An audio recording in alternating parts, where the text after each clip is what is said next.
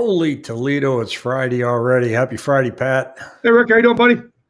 Oh, having a good day. Good day. My son is working on the Warner Brothers Moab Mm-hmm. series. It's starting on Hulu today. They loaded the series, and he sent me a couple of behind the scenes photos. There he is working on it. Oh, There's the wow. character, and see how they're all hooked up on rods. Mm-hmm. So when you get on there and you see the Iron Man thing and you see him flying around, they do these things in front of green screen. So he takes a picture of it in one spot after adjusting it, and then moves it out of the way and takes a picture of the background. And then the post production people come in and they remove all this hardware. And then he has another one. Let's see, I had another one here somewhere. Here he is. Um, that's the main character of the show. So it's and I watched part of it today, and it is funny. Huh. It's adult humor funny. No The kidding. Yeah, the premise of it, he's supposed to be this evil guy that runs this empire, but he goes down this elevator, and the people that work there go, "Where's he go at night?" And they show him going home and taking the trash out in the driveway. So and his empire's collapsing because he's not making any money, and his wife wants a divorce. So it's just everything about What is it. this? What's the name? When's it coming? It's called I think Moab, or people are gonna laugh at me if I got it wrong, but especially my son, he's gonna kill me. So it's on Hulu. It's a streaming service. So, That's but awesome. it's fun. It's fun. So, other than that, had a really cool and swift closing today down in Chandler. Went incredibly smooth and fast, and had one close on Tuesday as well. I want to thank both those YouTubers for taking advantage of the $800 buyer credit. And I had somebody on my live stream yesterday. I did one last night, just a Q&A. And I found it interesting, and yet I understand it. One of the guys said, you talked about listings. Based on your YouTube video, it seems like you're only interested in buyers. Now, every real estate agent does both buyers and sellers. But on the channel, I'm trying to help buyers understand what's really going on in the market, because it's much harder for them now than it is for people that are selling. Mm-hmm. And so it may appear that I'm just concentrating on, but anyway, I'm going to have one tomorrow morning at 8:30. I normally don't do one on Saturdays, but I'm going to do one on, if you're thinking of selling, with all the different choices that you have out there to list, where do you go and how do you research it and find out? Because you got iBuyers, you got, the one that's on the billboards all over town. There's a lot of choices. So I'm going to outline pros and cons and on that tomorrow morning for sellers. And hopefully that'll be a lot of fun. I mean, we had a pretty good live one last night. It was great. And there's Judy. Hey, thanks, Judy. Have a great weekend. Watch tomorrow. She's just here and gone. So we don't get to do that. But yeah, have a good weekend, Judy. So anyway, here's the numbers. 5243 today. But the 7-day moving average, Pat, made kind of a subtle difference the past few days because, the numbers are so small. Anything shows up. So we had 4331 come up and only 4,046 go under contract. And what I'm noticing, Pat, is that number of under contract is kind of staying right there at 3,900 to 4,000. And and I'll show you on the chart here.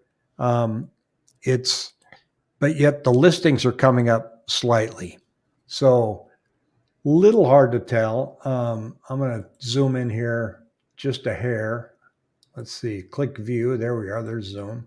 And I'm going to go up 200%. So if you look here, it's subtle. Our listings have been outpacing homes under contract. And there was kind of a big jump just today. Big, 200 people, right? So that's not huge, but it's an interesting trend to watch, and it's following what we're hearing. And like Silver Rose Gaming says, seems to be slowly turning, and it is. But let's caution ourselves too, because this is where we're at. Yeah. This is where we need to be, but this is where we are. So it is. The blue line is that blue line. Explain the blue line. What that's what. This is active listings weekly. So this is where we're at today down here. Okay. 4,662. This is weekly. The blue line was 2017, right? Yeah. So we've got to. I mean, if we're going to slowly get there, Yeah. I mean, look at the calendar down below, right? We're not going to get here at the end of the year. No. And I don't think we're going to get here by the middle of 2022 either. But I don't know. I don't make any predictions past. I'm going to tell you that between here and here, no matter what this line does, the price increases are baked in the cake. Yeah, correct. So we know from here to here, which is about week 40, price increases continue. And as the Cromford Index said, Michael Orr, he goes, people are going to be shocked when they see the June numbers. And I'm already shocked when I just go on and look at homes. When I see certain neighborhoods that I track and come up, and I look at now what's come up, I'm like, really? Mm-hmm. 585, really? It's kind of scary. I've been tracking a couple of houses I put on the MLS just from about a month ago, and there was one that was listed for 410 that went for like 445, 450, and it seems like $20,000-$30,000 is kind of the 20 to 30, 35,000 seems like it's kind of the mean, the average. Well, we've gone up 9% in the past 8 weeks, and why is simply because there's nothing out there. And I made a comment yesterday that said, if half of our YouTube subscribers were to go out and buy one house between the $300,000 and $400,000 price range tomorrow, you will completely dry up the market. That doesn't mean I have a large list of subscribers. Yeah. Which, by the way, if you haven't subscribed yet, you need to subscribe. And we're 84.3% male, and we've slipped to 15.7% female, Pat. I'm not blaming it on you. It's not you, it's me. But that's how small the number is. 857 homes. Our total market between 300 and 400,000. That's why people are, no, it's mine. That's what's going on out there. It goes up to about 980, I think, in the next price group between 4 and 5. So it's nothing short of a fist fight. Yeah. But we saw numbers. Did you see the headlines this week, Pat, about how housing construction pulled back? Yeah. They didn't really. No, they didn't. I mean, they said the building did pull back, and I don't know. It says here existing home sales. Actually, there's this one article on Mortgage News. Existing home sales post third monthly loss in April. Yeah, and it's insignificant. Yeah, I mean, and that's the thing. I think you're going to see people that are going to read articles. I think we have to look at what's really going on. I mean, you've got buyers are getting buyer fatigue, obviously, but I see the buyers out there. They're actually very persistent. Now they put in 20, 30 offers, but they're people that are really, really intent on getting a home. I mean, I think they just have to play the game. Whether it's a month, a couple offers or 20 or 30 offers, it's exhausting. It's not the low hanging fruit for buying a home is gone. You just can't go out on a Friday, find a house, put an offer out, and then get the seller to contribute 2% in closing costs and call it a day and then close in 30 days.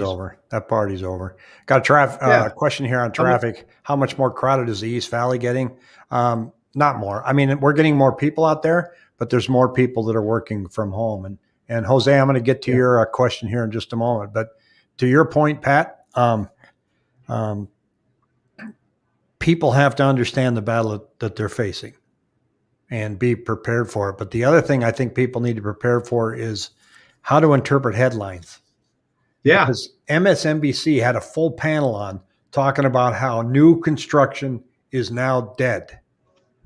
And I'm like, well, they're pulling back because they can't get appliances. Lumber's high. They can't get, and lumber is starting to trend back down. Although today it went up a little bit. I looked at the chart, but then I look at, And our good friend Sam from the Green Financial, thank you, Sam, for sending this to me this morning.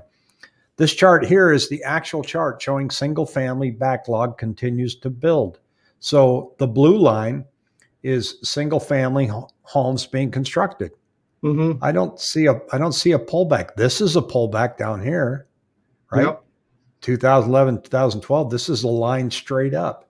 Mm-hmm. Multifamily is still not adding up. They're not quite catching up on that, but there's no pullback. And I guess one of my cautions is, now remember, when that number starts to change, when this number here starts to go up and it gets up to here, they're not going to talk about it on the news until it gets up to here.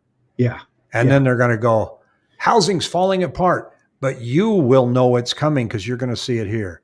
And you're going to see so these little tweaks that you're seeing, they don't mean anything yet until this thing starts moving. Exactly. I mean, you can watch all the headlines. I watch these headlines like when rates, it just blows my mind. Like, you and I are in the industry, and like the last several years, I've been seeing how when I watch like even the local news, they say rates, the feds might have bumped up the interest rate, the Fed rate by a quarter point. And they're like, rates are on the rise. It's like, when actually, believe it or not, those rates were on the rise about 3 weeks prior to that. Yeah. Yep. I mean, everything is baked. I mean, the news always, the news I have found out is always 2 to 4 weeks behind the 8 ball. My in terms father-in-law used to trade commodities, and he said, by the time you see it on the news, sell. What's that? As soon as he said, he was trading commodities. He said, as soon as it hits a newspaper, sell. By the time it's news, it's no longer news. Yep. Hold on. You're popping in and out. I'm sorry. Hold on a second here. Okay. There you go. Got a quick question here from Jose, Pat. It's addressed to you. It says, I'm trying to improve my credit from the mid 600s to the high 600s, but it's taking a long time.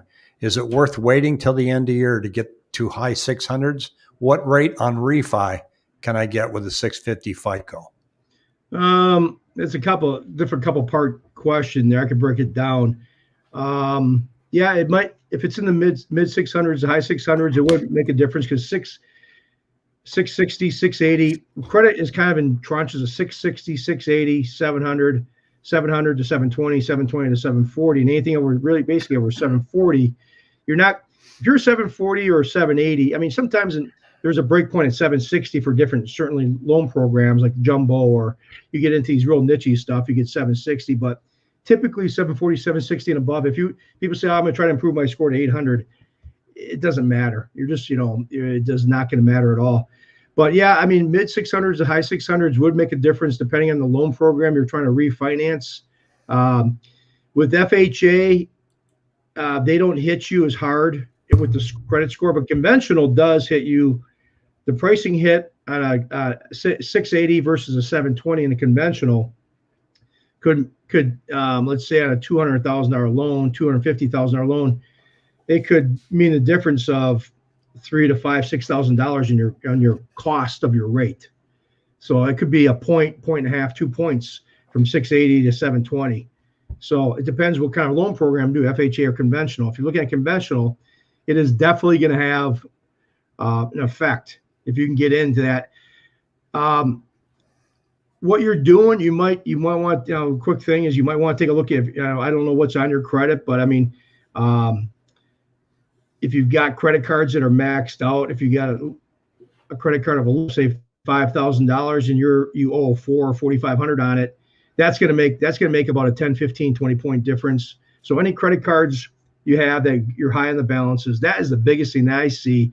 And what a lot of people, I think I mentioned this a couple months ago, when people look at a credit card, they look at, I got a credit card with a $500 balance or limit, and I only owe, $300 on it or $400 on it. They look at the size of the credit card, but that is just going to have the same effect as if you had a $5,000 or $10,000 limit credit card. You know what I'm saying? It's basically it's the same kind of number. So a lot of people kind of poo-poo small credit cards, saying, I only owe $400 on a, but what is your credit limit? They like, it's $500. Well then, or $450 on a $500 limit. That's that's going to hurt your score just as much as a $5,000 or $10,000 credit limit. Yeah, they want to see 10% or below, right? Yeah, 10 is good. I mean, that helps. You helps. can improve Anytime you your get score in 3 weeks with a move like that. Yeah. Oh, yeah. In next week, it will improve in the next 1 to 2, 3 weeks when they report it, when they report your credit. Usually the credit companies they all report different days, but typically they report toward the end of the month. You might have something on there too. I mean, I know I'm dragging this question out, but you might have something on there that, sometimes people have this nagging items on their credit report, like a collection account or a couple collections or old stuff that's been around for 3-4 years. I would suggest going into a credit repair company for 3 or 4 months. Typically it takes about 3 to 5 months for them to really do something of damage. I got this one, that Continental Credit, that I recommend. It's $80 to set up and $80 a month. They do a pretty good job getting your credit done. And once you're done with your what they do with your credit, once you're done in the program, they just get you out. They don't put you in for a year and keep you there. So I mean, yeah, the high 600 is good. You can get a decent rate, if it's 680, 690. But if you're in 640, 645, 650 range, yeah, I definitely try to, if you want to call me, feel free to call me and I can talk to you a little bit more. So I know I dragged the question out, but Pat, we were talking about how the media reacts to things, and MSNBC was just an example. I'm not picking on the network. So I decided to go back and look at YouTube videos to see what people were talking about in 2007. Now, Peter Schiff was screaming at the top of the rooftops that we were going to have a severe market correction in real estate. And one of the things he said, and I'm going to play this for you, and it's the quality's bad. It's like $240K. But listen to how the people are laughing at him, and listen what he says about inventory and compare it to today. Watch this. Can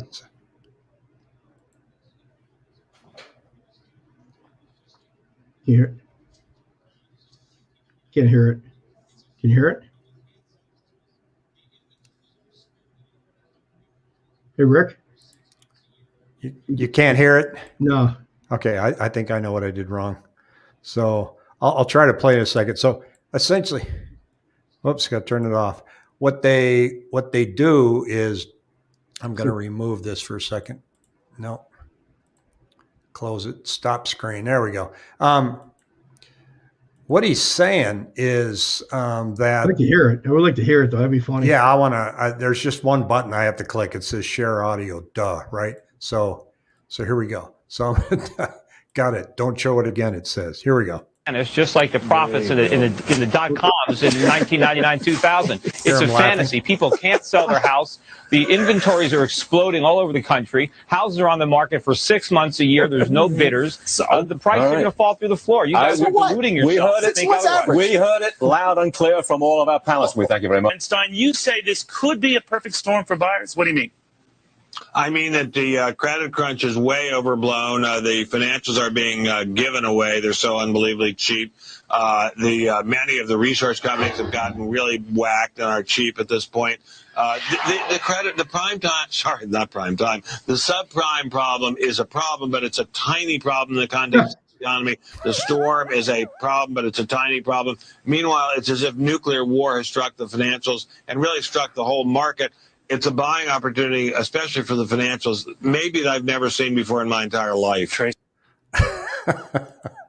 So the subprime is going to be a small problem. Just a small problem. Just a little blip. So, but they're just ridiculing and laughing at Peter Schiff. But he says there's houses that have been on the market for a year and are just sitting there. So that little chart that I showed you a couple of minutes ago, that thing was, we wouldn't even be able to fit it in that chart. There were so many homes on the market. So he's trying to tell them, and they're market's going to continue to go, and so I went back and so I'm listening to Peter Schiff now, and he doesn't get really specific on real estate. He's talking more on a macro scale about the rest of the economy, saying that that there could be real problems there, and he's going on and on. So they're not always right, they're not always wrong, but I wanted to see what was being said. Another guy that said even when the market was changing was Larry Kudlow. temporary correction, wringing out excesses.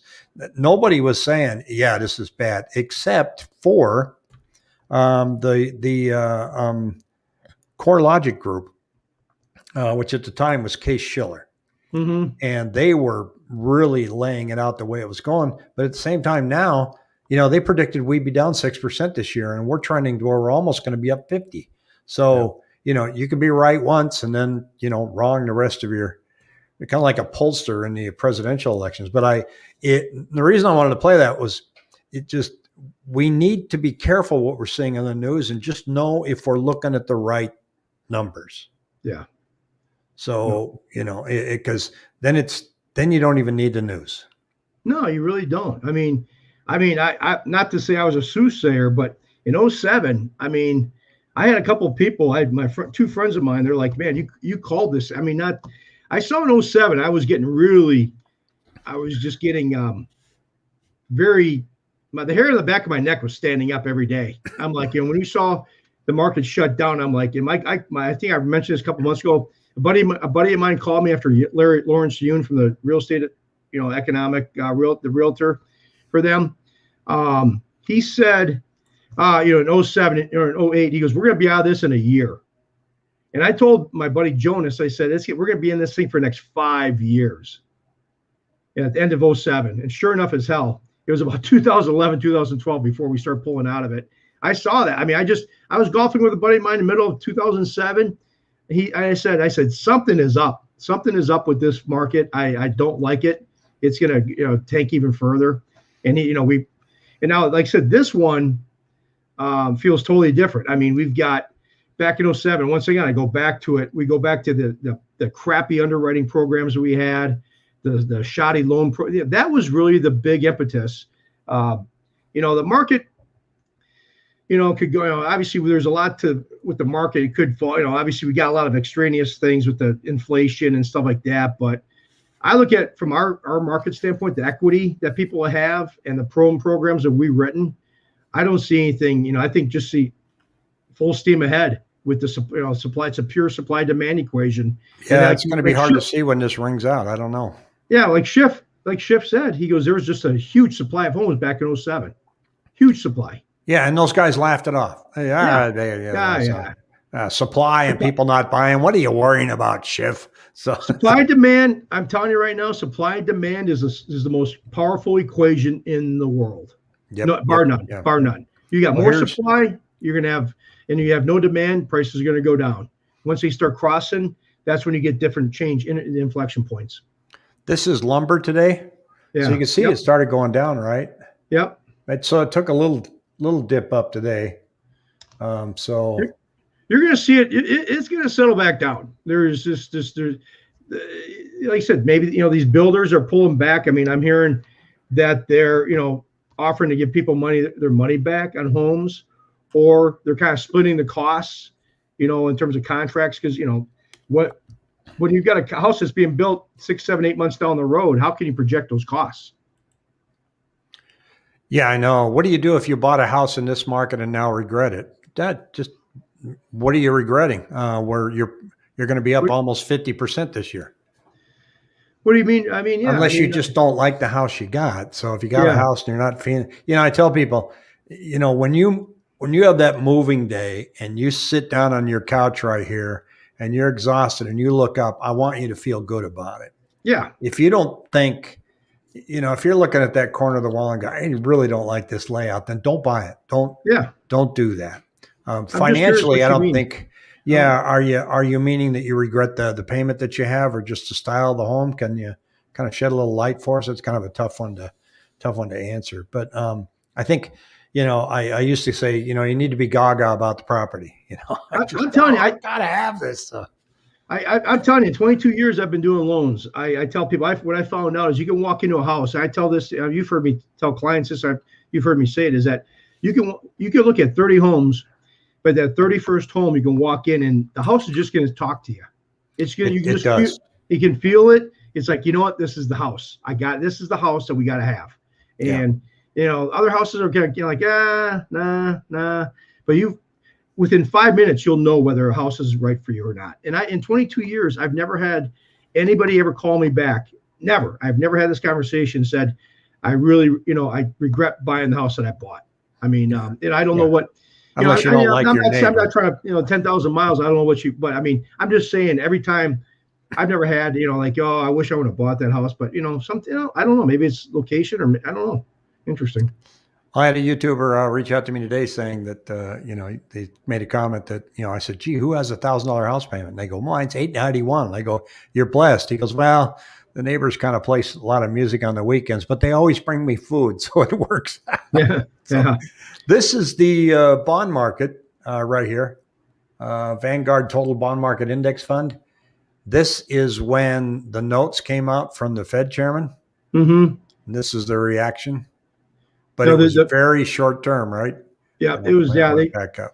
I mean, I literally, the bond market, the mortgage-backed security market was up like 3 or 4 basis points, and then I walked away from my desk. About 10 minutes later, it was down 24 basis points. I mean, the Fed, they just came out, burped, and all the markets reacted, but it readjusted. It came back here that was Wednesday, Thursday, and Friday. It's come back. So, I mean, there was just obviously, it goes to show you that the markets are still edgy about when when they're going to start tapering on the bond, mortgage-backed security purchase. Yeah, they can't even give the slightest hint that they're going to do that now, not at all. And then when they do, they have to go, wait, no, we're not. They just can't do it. I don't know how they're going to pull back. Anybody's guess. I'm definitely not an expert on central bank theory. They're going to do it. They're going to start gradually, but I mean. Like that Steve, that bond guy that you and I follow, that real technical guy, he's all over the board. But I mean, he said that rates are going to go down. If rates do go down, I see them maybe going back down a little bit. But obviously, with inflation, we're going to have inflation in the next couple months. I mean, there's no doubt about it. We've got we got supply chain pressures all over the place.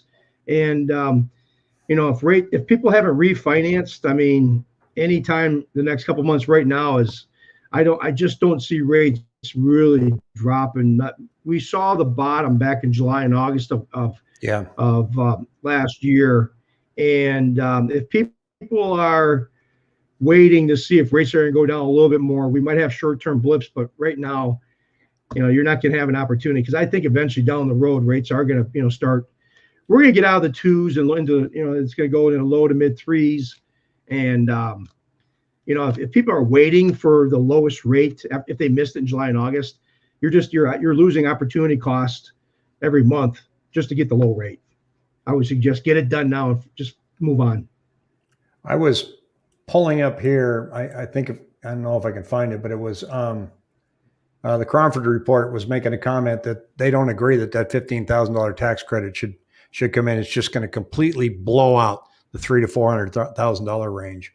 Yeah. And but I love this comment, because I mentioned CoreLogic a moment ago. He goes, at this point, I would like to remind everybody that CoreLogic predicted the home price across the USA would fall by 6.6% between June 2020 and June 2021, possibly the most inaccurate forecast in their history. Personally, I don't take any 12-month home price forecast any more seriously than a 12-month weather forecast. But really, that was like predicting deep snow drifts in July for Phoenix. It was never possible. So he's coming out and saying, look, if you looked at the numbers, you knew prices were going to go up. They were not going to go down.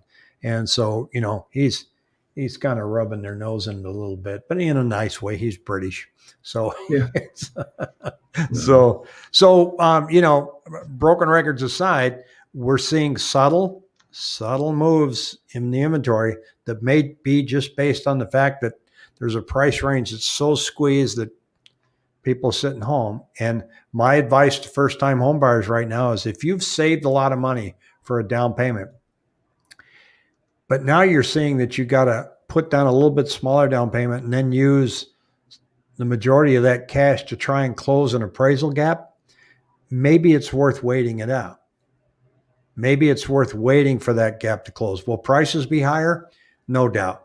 But that higher price is going to be amortized over 30 years versus you cleaning out your account to try and cover an appraisal gap. Does that make sense? Mm-hmm. So, it's okay to wait. Now, if you've got a house to sell and you want to buy one, the math is equal. You're fine because you're getting all this equity. And then, especially if you're coming from another state, because your state's doing well, and then you can buy out here, and and you're going to have lower taxes, you're going to have sunshine.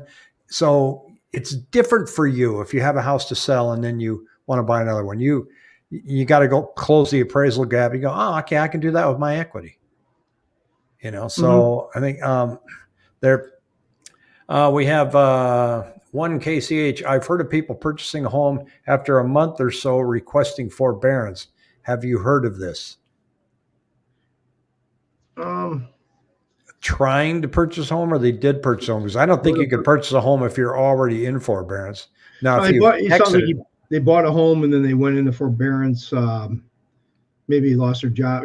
Oh, okay, that's what I mean. I'm sorry, I misread that. Yeah, I'm sure that happened. I mean, because that was a shock. Yeah, I would imagine. I mean, lenders are, it's, lenders do watch that first payment default. If there is anything, they're going to be all over. You still have to come out and say that you have hardship. I mean, you can't I can't say, hey, Pat, forbearance looks cool, I'm going to do it. I mean, I got to tell you why. Yeah, I haven't heard that. So I haven't heard anybody doing that. We've seen screwy things before, so I'm not going to rule it out, but I personally haven't seen one. But hey, you probably hang out with a rough crowd. Where the forbearance is hurting people's credit reports. What are you hearing on that, Pat? No, I mean, they're not. They're basically no. Long or short answer is no. They haven't. First couple of weeks they did, but they jumped in and fixed that. Yeah, they fixed it. Basically, you can go back. I mean, a lot of people are going back, and I've seen and read, and I've seen in our company, where they go back to the company and say, hey, we've been making the payment, because they put them in forbearance, but we're making a payment. You can basically feud it. What's the word I'm looking for? Dispute it. Dispute it. Yeah, refute it. Dispute it. So I haven't seen anybody's. I haven't personally seen anybody's. I mean, I'm sure there's instances out there, but bottom line is the government said, is not going to hurt your credit. So, and a lot of people are, refinancing. If they're in forbearance, they just, if they want to refinance, they just have to catch up on the payments right away. A lot of people are doing that or putting them on the end. So people are getting actually refinanced out of forbearances, but they have to be caught up. And every lender's got a little bit different forbearance policies. They're a little bit, each lender A is different than lender B, and lender B is different a little bit. There's some nuances amongst each lender. They're not across the board. Yeah, and I want to remind people too, again, tomorrow, to join me tomorrow at 8:30. I don't normally get on Saturdays, but we're going to talk on the listing side, and I'm going to talk about pricing. Just kind of a little preview that, sometimes sellers hang their hats too much on what the real estate agent says their house is worth. Don't hang your hat on that. That doesn't mean anything anymore. A real estate agent could pull up comps, and as you can see, we're going up almost 3 to 4.5% per month. So if I'm pulling up something that sold last 3 months, I better be adding the rest of that on. But even so, then none of that matters, because if you've priced too low, the market's going to bring you up. You're going to bring, right now nationally, we're getting 4.5 offers per listing. So the market's going to bring you up to what the price is. So don't spend a lot of detail bringing in 4 realtors and going, well, Bob said he can get me 485, but Sally said she can only get me 425. Neither Sally nor Bob know what they're going to get you for their house. They know that sweet spot to market, to put it on the market, to get eyeballs on it. And then the market's going to run it up from there. That's just an opportunity we're facing right now that we don't always face. A couple of years ago, you got to drill in on that price. You got to be right. You got to be as close as you can, or people will ignore it. That's not the game that we're in right now. So don't agonize a lot when you're interviewing realtors and sitting back and go, well, remember that first guy said he could get us more than the third guy. That's not where you're going to need your realtor's help, folks. You're going to need them during the transaction, not the pricing. And that's what we're going to talk about tomorrow in great detail. So, cool. So Pat, I know you got a million things you got to do. You got to get some files closed in a half an hour here. I appreciate you coming on and spending your Fridays with us. And Looks here. like the weather's going to be fantastic this weekend. So everybody go out, have a great Friday night and Saturday and Sunday. All right. Be safe, everybody. Take care. Thank See you ya. much. Bye-bye.